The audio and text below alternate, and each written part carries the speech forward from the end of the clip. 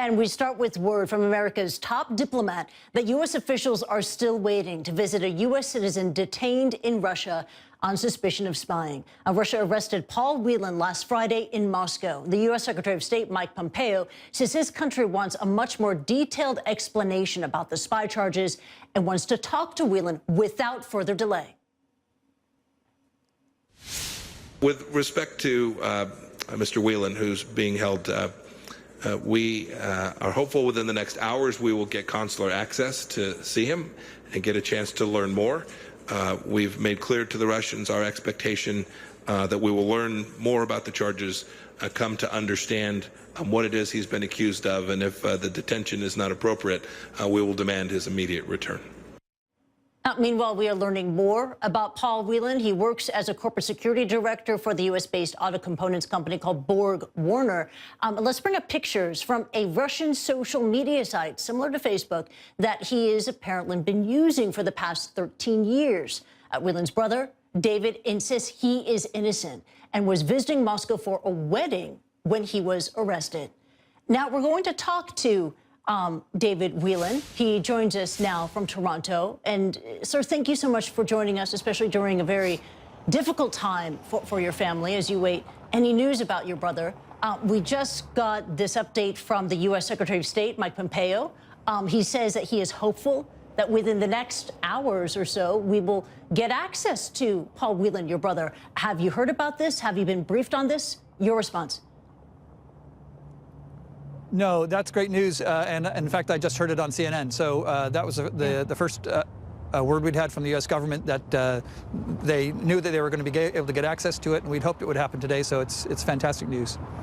Yeah, good news for you and your family. Do you believe that behind the scenes, everything possible is being done to not just get consular access to your brother, but to secure his release? It's certainly my hope. I know that many people are working towards trying to get him home. Gotcha.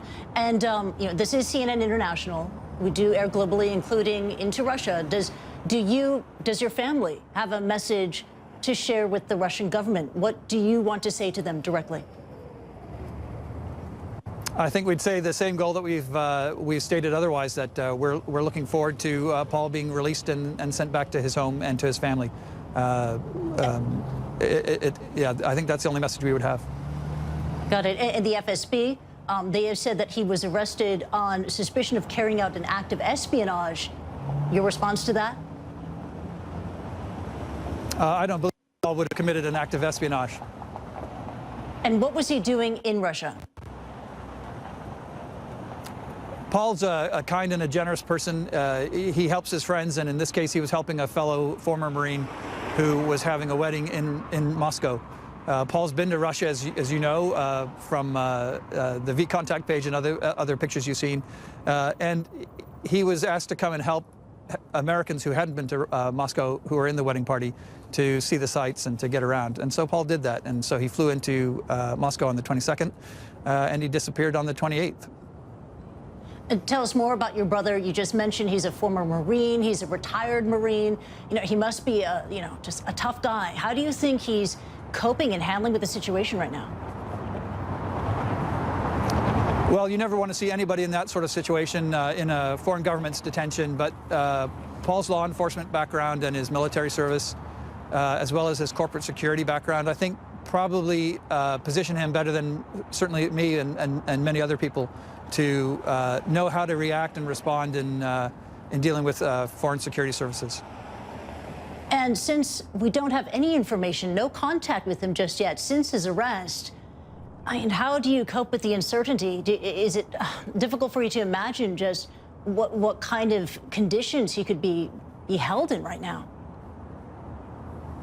Yeah, I think everybody can imagine what it's like to have a sibling or a parent disappear, and that's what we experienced over the weekend.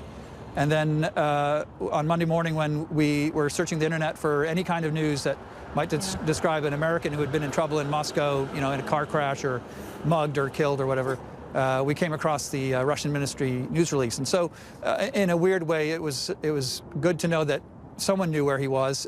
It's not positive that he's in Russian custody, but at least we knew he was alive, so that was positive. And we've just been working through the last few days trying to essentially wait for the next milestone where we hear in what condition has he been detained.